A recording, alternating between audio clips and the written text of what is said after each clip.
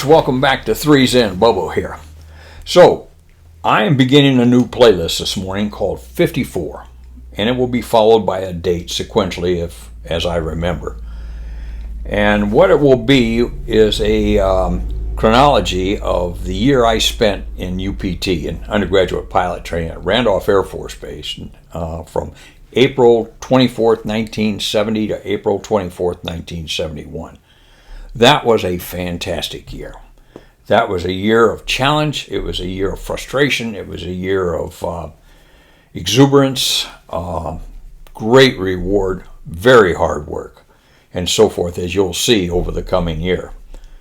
At any rate, about 8 o'clock, maybe 8:30, I can't remember, that's not important. We all mustered in room 45 in Hangar 12 at Randolph Air Force Base in San Antonio, Texas. There were 61 of us, 4 prior service guys. I was the junior prior service guy as a first lieutenant. 2 academy grads, both of them great guys. They had gone on to Tufts University to get their masters upon graduation from the academy. 1 allied officer, our great Dane, Chris Knudsen. Chris and I are still very good friends today.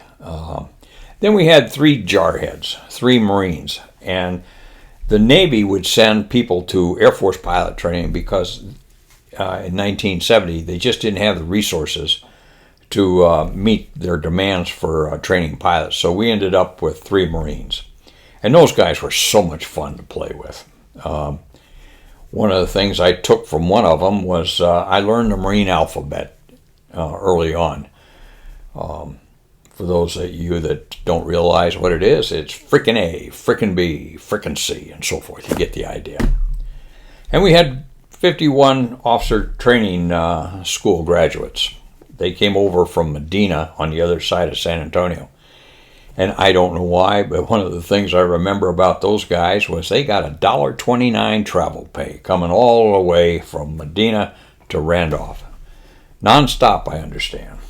At any rate, I diverge. So anyway, come back to 1970. I was 24 when I entered pilot training. I had this little color vision thing going on, and I had to fight that battle. Anyway, so I get into UPT in 1970.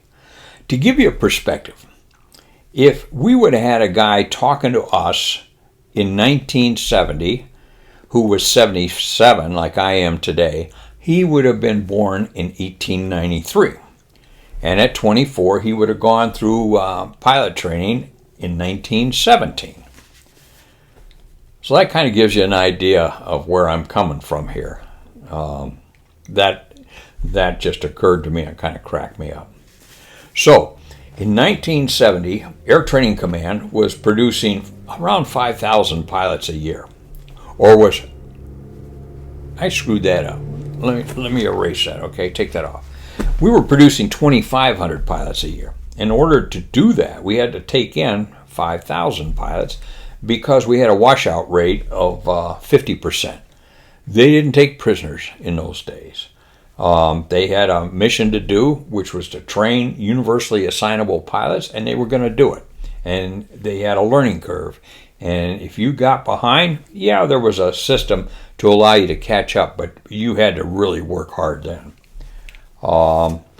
In order to do this, in 1970, we had 11 pilot training bases spread across the southeast and through the southwest, from Moody Air Force Base all the way across the southern United States to Williams Air Force Base. So that kind of gives you an appreciation of what we were dealing with, or what we had in those days. The Vietnam War was still on, although it was winding down. And we went through UPT with an aura of esprit de corps. God, we were fired up in those days.